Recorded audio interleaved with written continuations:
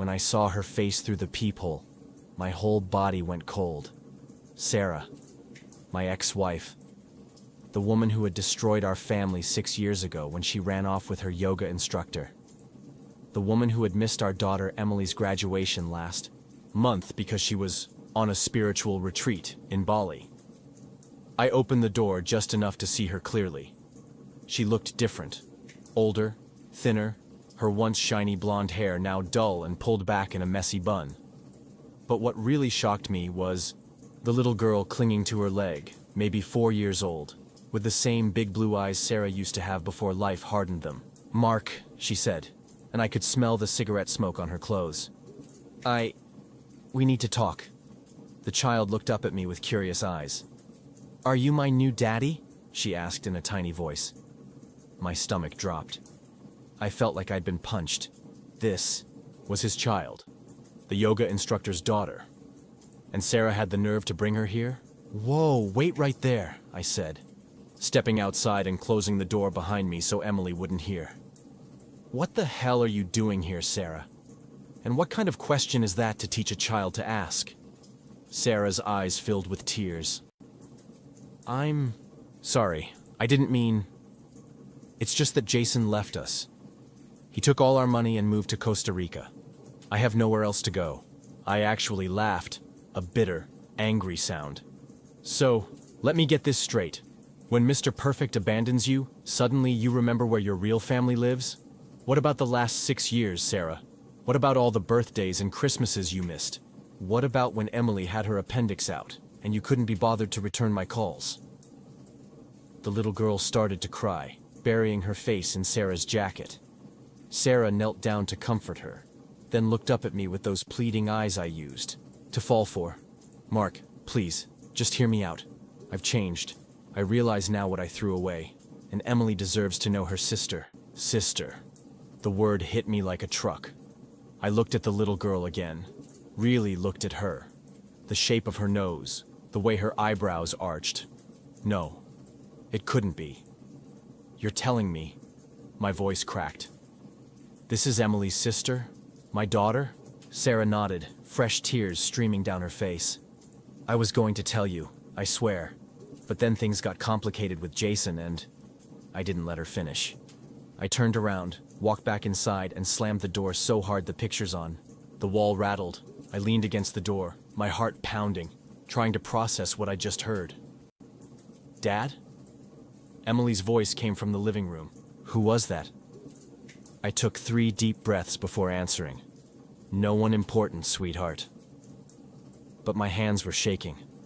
Because if that little girl was really mine, if Sarah had kept my child from me all these years, then this wasn't just about Sarah coming back.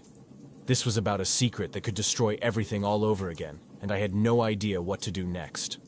To the audience, can you imagine being in this situation? Would you have slammed the door like Mark did, or would you have heard Sarah out? Let me know in the comments what you would do if your ex showed up with a child you never knew about. And stay tuned for part 2, where we'll find out if that little girl really is Mark's daughter. The DNA test results will shock you. I didn't sleep that night. Every time I closed my eyes, I saw that little girl's face. Her blue eyes, the way her nose scrunched when she was about to cry. Emily's sister. The words played on a loop in my head, twisting my stomach into knots. Sarah had left me once. She had walked out on our family without looking back. And now, 6 years later, she was standing on my doorstep with a child she claimed was mine. I sat at the kitchen table, staring at my untouched coffee, when Emily shuffled in, still half asleep. "Dad, why are you up so early?" she mumbled, rubbing her eyes. I forced a smile. "Just had some things on my mind." She poured herself cereal, oblivious to the storm raging inside me. My daughter, my real daughter, was 14 now. Old enough to remember when Sarah left. Old enough to understand betrayal. But not old enough, I hoped, to carry the weight of this new bombshell. The doorbell rang again. Emily frowned. "Who's here this early?" I stood up so fast my chair scraped against the floor. "Stay here," I said, my voice tighter than I meant it to be. Sarah was back. Alone this time. No little girl. Just her. looking even more exhausted than last night, her arms crossed like she was holding herself together. "Mark," she said before I could speak, "I know you're angry. I know you hate me. But you have to listen to me." I stepped outside, pulling the door shut behind me. The morning air was cold, matching the ice in my veins. "Start talking," I said. "And it better be good." Sarah took a shaky breath. "Her name is Mia. She's 4. And yes, she's yours." I clenched my jaw. "Prove it." She reached into her pocket and pulled out a folded piece of paper. A DNA test. My name was on it, my signature, except I'd never signed anything. What the hell is this? I snatched it from her hands, scanning the document. It looked real, dated just a few months after she left. "I got it done when she was born," Sarah admitted. "I was going to tell you, but things got complicated with Jason. He didn't want another man's kid in his life, and I was scared." "Scared?" I nearly laughed. "You were scared, so you just hid my daughter from me? For 4 years," she flinched. "I didn't know how to come back. I thought you'd never forgive me." "You were right." The words hung between us, sharp and final. Sarah's eyes filled with tears again. "Mark, please. Mia deserves to know her father, and Emily deserves to know her sister." I wanted to scream. I wanted to shake her and demand how she could do this, how she could keep a child from me, then waltz back into my life like she had any right. But then I thought about Mia. That little girl, innocent in all of this. Did she even know who I was? Did she think I abandoned her? "Where is she now?" I asked quietly. Sarah wiped her eyes. "At a motel down the road. I didn't want to bring her again until we talked." I exhaled, running a hand through my hair. This wasn't just about Sarah anymore. This was about a little girl who might actually be my daughter, and I had no idea what to do next. The DNA lab was colder than I expected. I sat in the waiting room, knee bouncing, staring at the framed certificate on the wall that promised 99.9% accuracy. The receptionist kept glancing at me like she knew exactly why I was here. Another broken man looking for answers in a test tube. Sarah had insisted on coming. She sat 2 chairs away, chewing her thumbnail down to the quick. Mia was with some friend of hers, thank God. The last thing I needed was that kid seeing me like this, jaw clenched, hands shaking, barely holding it together. Mark David Russo? A technician in blue scrubs stood in the doorway. I stood up too, fast. Sarah reached for my arm, but I jerked away. The room smelled like antiseptic and bad decisions. The technician, Jeremy according to his name tag, explained the process like I was some idiot. Swab the cheek, seal the sample, wait 3 to 5 business days. I barely heard him. All I could think about was that little girl's face. If she's mine.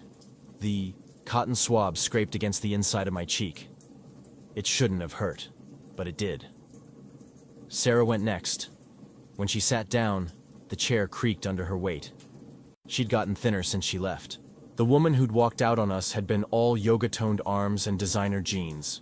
This Sarah had frayed cuffs and hollow cheeks. Jeremy labeled the samples with a practiced hand. "We'll need the child's sample to complete the trio test." Sarah pulled an envelope from her purse. Inside, a smaller plastic bag with another swab. "I did hers yesterday." Of course she had. Planned this whole damn thing. I should have walked out then. But I didn't. Because here's the truth. I needed to know. Even if it destroyed me. The next 5 days were hell. Emily knew something was wrong. She kept catching me staring at old photos, at the baby pictures of her that looked nothing like Mia. "Dad?" She cornered me in the garage on day 3. "Is Mom trying to come back?" The wrench slipped in my hand, banging against the workbench. "What makes you say that?" Emily shrugged, but her eyes were too sharp. 14 going on 40. "Jake said he saw her car down the street." My stomach dropped. "When?" "Last night." She picked at the chipped paint on the toolbox. "Are you gonna take her back?" The question hung between us like a live wire. I wiped my greasy hands on a rag. "No, Em, never." She nodded, but I saw the doubt in her eyes. Kids always hope, even when they shouldn't. The call came at 9:17 a.m. on the 6th day. I was elbow deep in dishwasher repairs when my phone buzzed. Unknown number, Mr. Russo? This is Dr. Amin from Genotech Labs. A pause. I have your results. The dishwasher could wait. I drove to the lab like a man possessed, running 2 yellows. Sarah's car was already in the lot. Of course it was. Dr. Amin's office smelled like coffee and regret. He was younger than I expected, with kind eyes that made everything worse. "I'll give you both a moment," he said, sliding the envelope across the desk. Sarah reached for it. I grabbed it first. The paper made a terrible sound when I tore it open. Probability of paternity, 99.99998%. The numbers blurred. My ears rang. Somewhere far away, Sarah was crying. Mia was mine, which meant Sarah had lied. Not just about leaving, about everything. The parking lot asphalt burned through the soles of my shoes as I stumbled away from the lab. The DNA results crumpled in my fist felt like they were searing my skin. 99.99998%. Statistical certainty, mathematical truth. Sarah chased after me, her sandals slapping against the pavement. "Mark, please!" I whirled on her so fast she nearly collided with me. "You knew." My voice came out strangled. "This whole fucking time you knew she was mine." Sarah's face contorted, tears streaking. Her makeup. "I was going to tell you, when?" I barked out a laugh that hurt my chest. "When Mia graduated high school? When you needed money?" I thrust the papers at her face. "She's 4 years old, Sarah.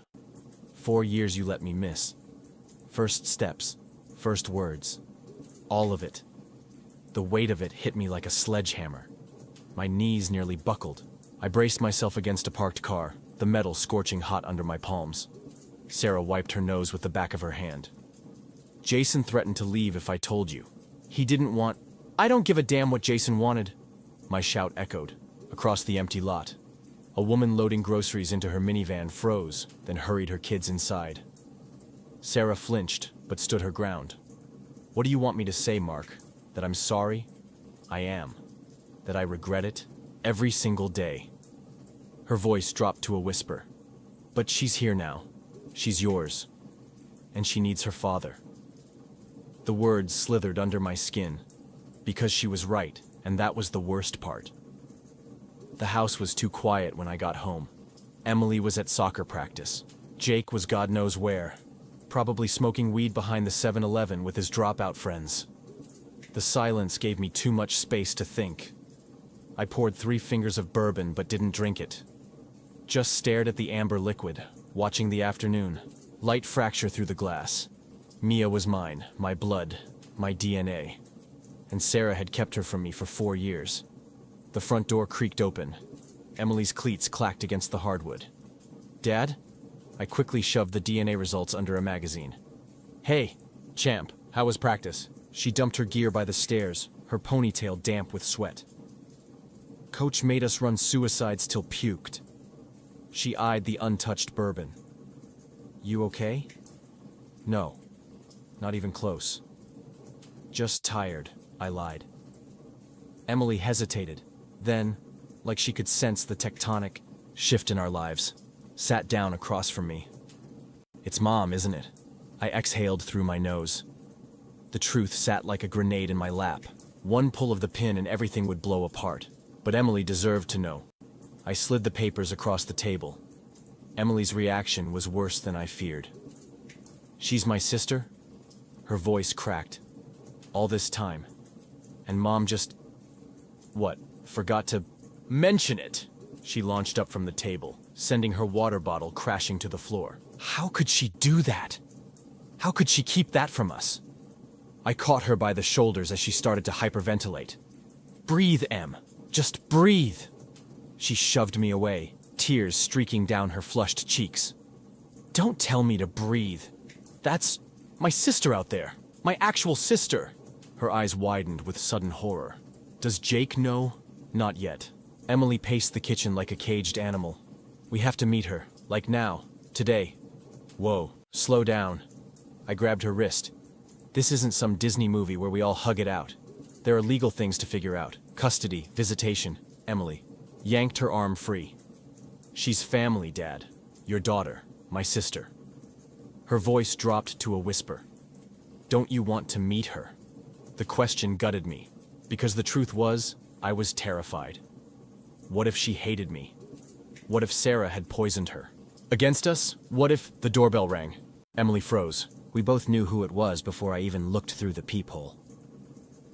Sarah stood on the porch, shifting from foot to foot, and beside her, gripping Sarah's hand like a lifeline, was Mia. The next hour passed in a surreal haze. Mia sat cross-legged, on our living room rug, carefully examining Emily's soccer trophies. She was tiny for 4, with knobby knees and a smattering of freckles across her nose. Her hair was lighter than Emily's, more honey than chestnut, but the way she tilted her head when curious, that was all me. Sarah perched on the edge of the couch, wringing her hands. She's shy around new people, but I'm not shy, Mia announced without looking up. I'm assessing. Emily barked out a laugh. Oh, she's definitely yours, Dad. My chest tightened. Mia finally glanced up at me with those big blue eyes, my mother's eyes. Are you really my daddy? The room went silent. Sarah stiffened. Emily held her breath. I knelt beside Mia, my knees popping in a way that made me feel ancient. Yeah, kiddo, I really am. Mia considered this, then held up a battered stuffed rabbit. Mr. Hopper says that's a big responsibility. I choked out a laugh. Mr. Hopper's right. Sarah sniffled. When I looked up, she was crying silently, mascara pooling under her eyes. And in that moment, I hated her more than ever. Not for leaving, not for cheating, but for making me miss this. For robbing me of first steps and first words and all the mundane miracles of fatherhood. For forcing me to meet my own daughter like some estranged uncle. Mia reached out and patted my cheek with her sticky hand. You're sad. I swallowed the lump in my throat. A little, yeah. She nodded sagely. Mommy cries about you too. At night when she thinks I'm asleep. Sarah made a strangled noise. Emily's eyes widened. Damn. And just like that, the fragile tension shattered. Mia went back to examining trophies, oblivious to the emotional landmine she'd detonated. Sarah stood, abruptly. We should go. This is a lot. Emily shot me a panicked look. But she just got here. Mia looked up, suddenly anxious. I don't want to go. I want to play with Emily. Sarah's resolve wavered. I made a decision. Let her stay for dinner. My voice was steadier than I felt. You can pick her up at 7. Sarah hesitated, then nodded. She knelt to kiss Mia's forehead. Be good, okay? Mia was already tugging Emily toward the backyard. Can we play on the swings? As the door closed behind Sarah, I was left standing, in the wreckage of my old life, watching my daughters, both of them, disappear into the sunlight. The bourbon still sat untouched on the counter. For the first time in years, I didn't need it. Dinner was a disaster. Mia refused to eat anything but buttered noodles. Emily kept interrogating her about preschool and favorite colors, and Jake came home reeking of weed just as Sarah returned to pick Mia up, his bloodshot eyes locked onto the little girl sitting at our table. Who the hell is that? Mia hid behind Emily. Sarah hovered in the doorway like a ghost no one wanted to acknowledge. I stood slowly, my chair scraping against the tile. Jake. Outside. Now. The porch light buzzed overhead as my son slumped against the railing. So that's Mom's secret kid, huh? He flicked his lighter open and closed. Figures she'd finally show up when she needs something. I grabbed the lighter from him. She's 4, Jake. She didn't ask for any of this. He smirked, all teenage defiance and misplaced anger. And? You just gonna play happy family now? After everything Mom did? The screen door squeaked open. Emily stepped out, arms crossed. She's our sister, Jake, whether you like it or not. Jake laughed bitterly. Yeah, well, family's overrated. He shoved past Emily, the front door slamming behind him. Sarah cleared her throat from the doorway, Mia clutching her leg. We should go. Mia surprised everyone by darting over to hug my waist. Bye, Daddy. The word sent an electric shock through my system. Sarah's eyes welled up as she pried Mia away. The sight of them walking to the car, my ex-wife and the daughter I'd never known, left an ache in my chest that no amount of bourbon could fix. 3 days later, the custody papers arrived. My lawyer, a no-nonsense bulldog named Linda, spread them across my kitchen table. Sarah's fighting for joint custody, claims she's the primary caregiver. I nearly snapped my pen in half. She kept my child from me for 4 years. Linda adjusted her glasses. And the court will consider that, but they'll also consider that Sarah's been her sole provider since birth. Judges don't like to disrupt a child's routine. Emily slammed her textbook shut from where she'd been pretending to study at the counter. That's bullshit. Emily, I warned. No, Dad, it is. Mom doesn't get to lie for years then play the victim. She grabbed her phone. I'm testifying if it goes to court. Linda gave me a knowing look.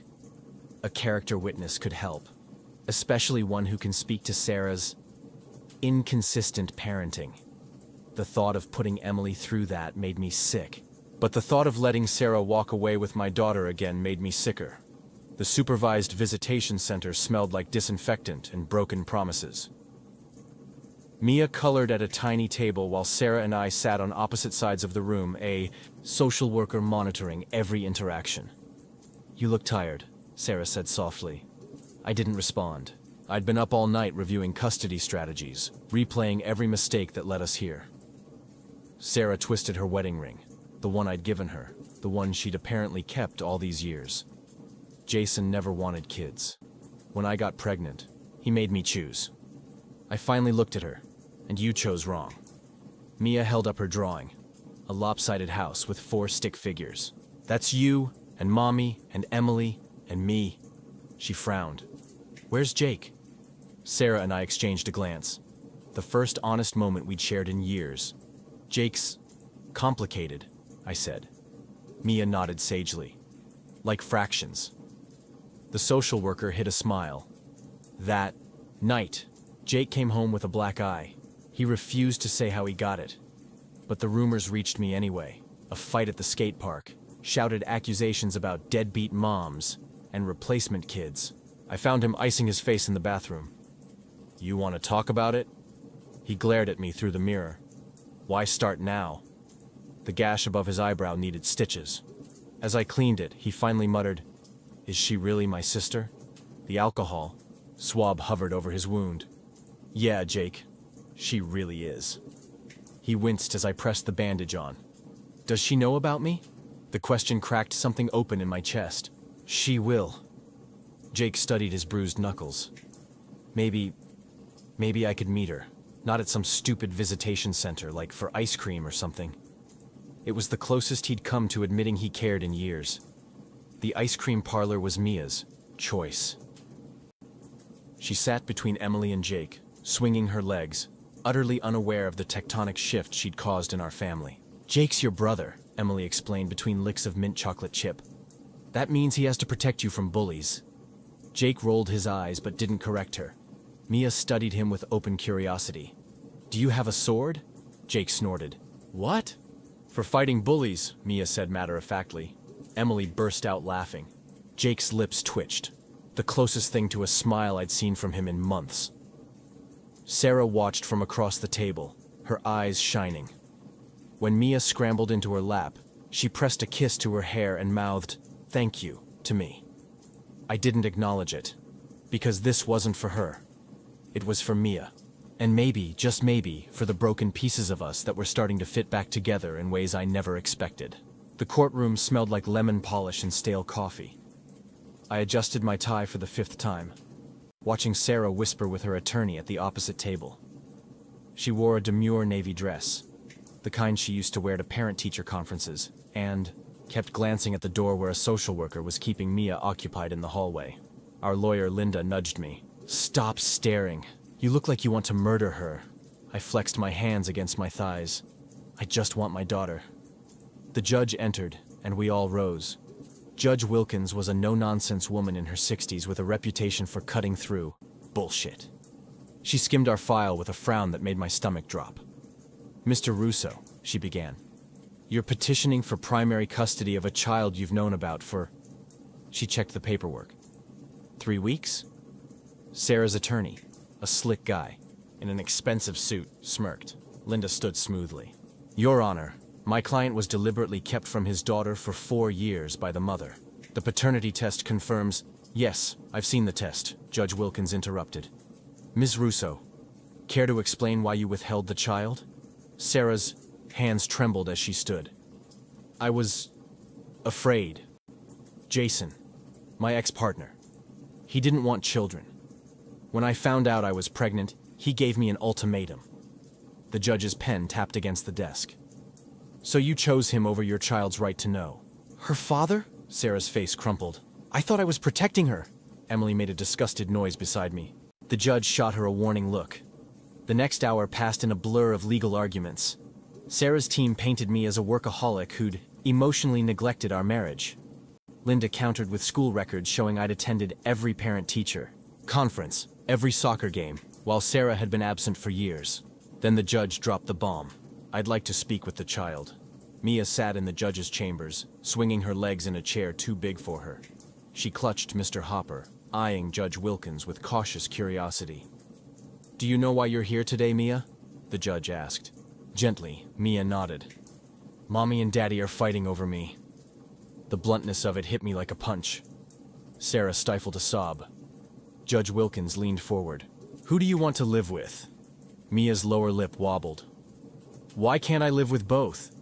The question hung in the air, heavy and unanswerable. The judge adjourned for lunch.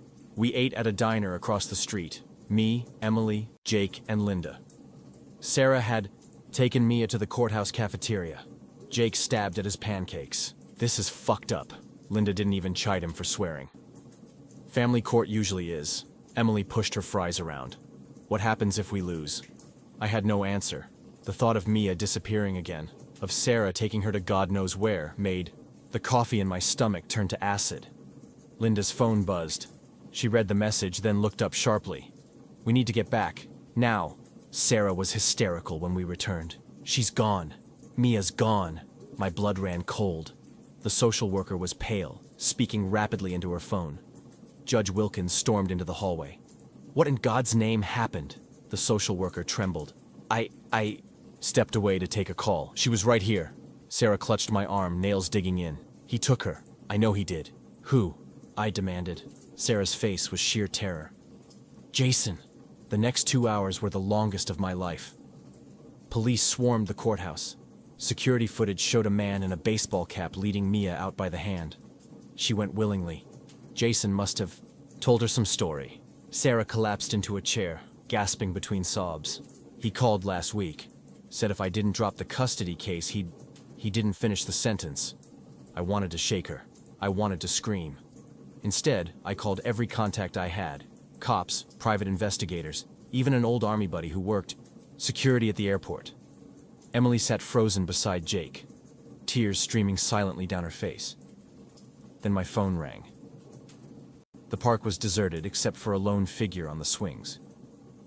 Jason sat with Mia in his lap, pushing lazily back and forth. He looked up as we approached, Sarah and me, with 2 cops hanging back near the patrol cars. Mia waved. Daddy, Mommy, look how high Uncle Jason pushes me. Jason smiled, the same charming grin that had probably seduced Sarah years ago. Hey, guys, we were just having some fun, right, Mia? I took a step forward. My voice was deadly calm. Give me my daughter. Jason's grip tightened on Mia. Or what? You'll have me arrested? He laughed. For what? Taking my niece to the park? Sarah made a choked noise. Please, Jason, just let her go. Mia looked between us, confusion dawning. Why is everyone mad? Jason stood abruptly, lifting Mia with him. Because your daddy wants to take you away from your mommy, just like he took Jake and Emily. The lie was so blatant, so cruel, I saw red. Mia started crying. I don't want to go! I want to stay with Mommy! Jason smirked at me over her head. See? She doesn't want you. That's when Jake moved. He lunged forward, yanking Mia from Jason's arms so fast the man stumbled. Run to Emily! Jake hissed, shoving Mia toward his sister. Jason swung, The punch connected with Jake's jaw, sending him sprawling. Then chaos erupted. The cops tackled Jason. Sarah scooped up a screaming Mia, and I dropped to my knees beside my son. Blood trickled from Jake's mouth, but he was grinning. Told you I'd protect her. The police hauled Jason away in cuffs. Kidnapping charges, obstruction, assault. Mia clung to Sarah, trembling. Is Uncle Jason in trouble? I knelt beside them, ignoring the ache in my knees. He lied to you, kiddo. That's not okay, Mia sniffled. But he said you were bad. Sarah kissed her forehead. Daddy's not bad. Mommy just made some mistakes. For the first time, I saw genuine remorse in Sarah's eyes. Not just fear, not just guilt. Real, crushing regret. Judge Wilkins arrived as the paramedics checked Jake. She took one look at the scene. Mia safe in Sarah's arms, Jake bleeding but defiant, Emily hovering protectively nearby, and made her decision. Primary custody to Mr. Russo. Supervised visitation for Ms. Russo until she completes parenting classes and therapy. Her gaze softened slightly. And family counseling for all of you. God knows you need it. Sarah didn't fight the ruling. She just held Mia tighter. As the ambulance took Jake to get stitches, Emily slipped her hand into mine. We did it, Dad. I looked at my daughters, both of them, and for the first time in years, felt something like hope. The road ahead would be messy. There would be more fights, more tears, more nights when the weight of it all felt unbearable. But Mia was mine, and no one was taking her away again. 1 year later, the house is louder. Mia's crayon drawings cover the fridge. Her tiny rain boots sit beside Emily's sneakers by the door. Jake's old treehouse now has pink plastic teacups scattered across its floorboards. Sarah comes every Sunday, for dinner. We don't talk about Jason, now serving 3 years in prison, or the years she stole. We just eat. Sometimes we even laugh. It's not forgiveness, not exactly, but it's something. Mia's first day of kindergarten nearly broke me. She marched into that classroom with her Dora the Explorer backpack and didn't even look back. Emily had to drag me away from the window. She's fine, Dad, Emily said, rolling her eyes. But she stayed with me at the coffee shop across the street until pickup time. When Mia burst out of school, she threw her arms around my legs. Daddy! I made 3 friends, and a ladybug landed on me at recess, and we had goldfish crackers, and the torrent of words washed over me like a balm. This was what I'd missed. Not just the milestones, but the ordinary magic of her everyday life.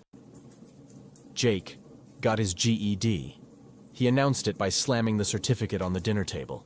Told you I wasn't a fuck-up, Mia gasped. Jake said the F word. Emily snorted milk out her nose.